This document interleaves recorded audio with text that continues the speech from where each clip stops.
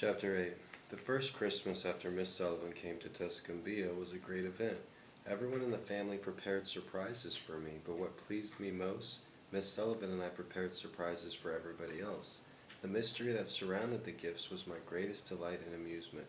My friends did all they could to excite my curiosity by hints and half-spelled sentences which they pretended to break off in the nick of time.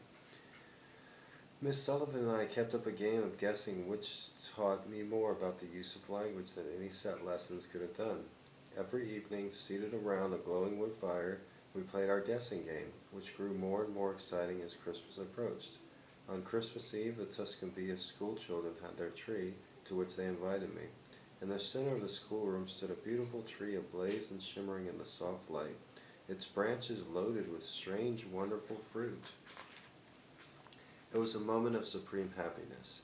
I danced and capered around the tree in ecstasy.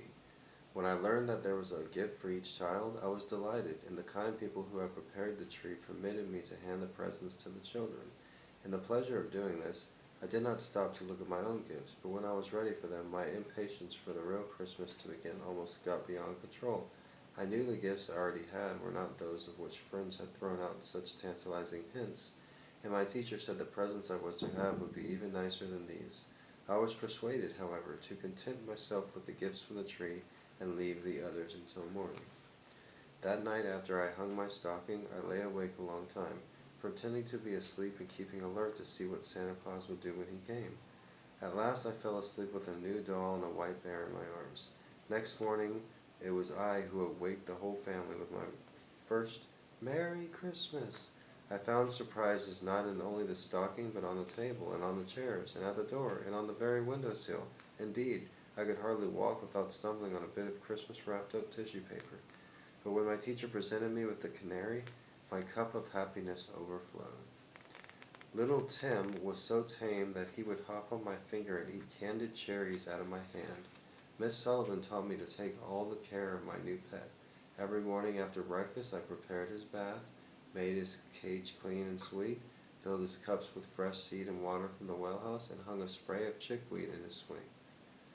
One morning I left the cage on the window seat while I went to fetch water for his bath. When I returned, I felt a big cat brush by me as I opened the door.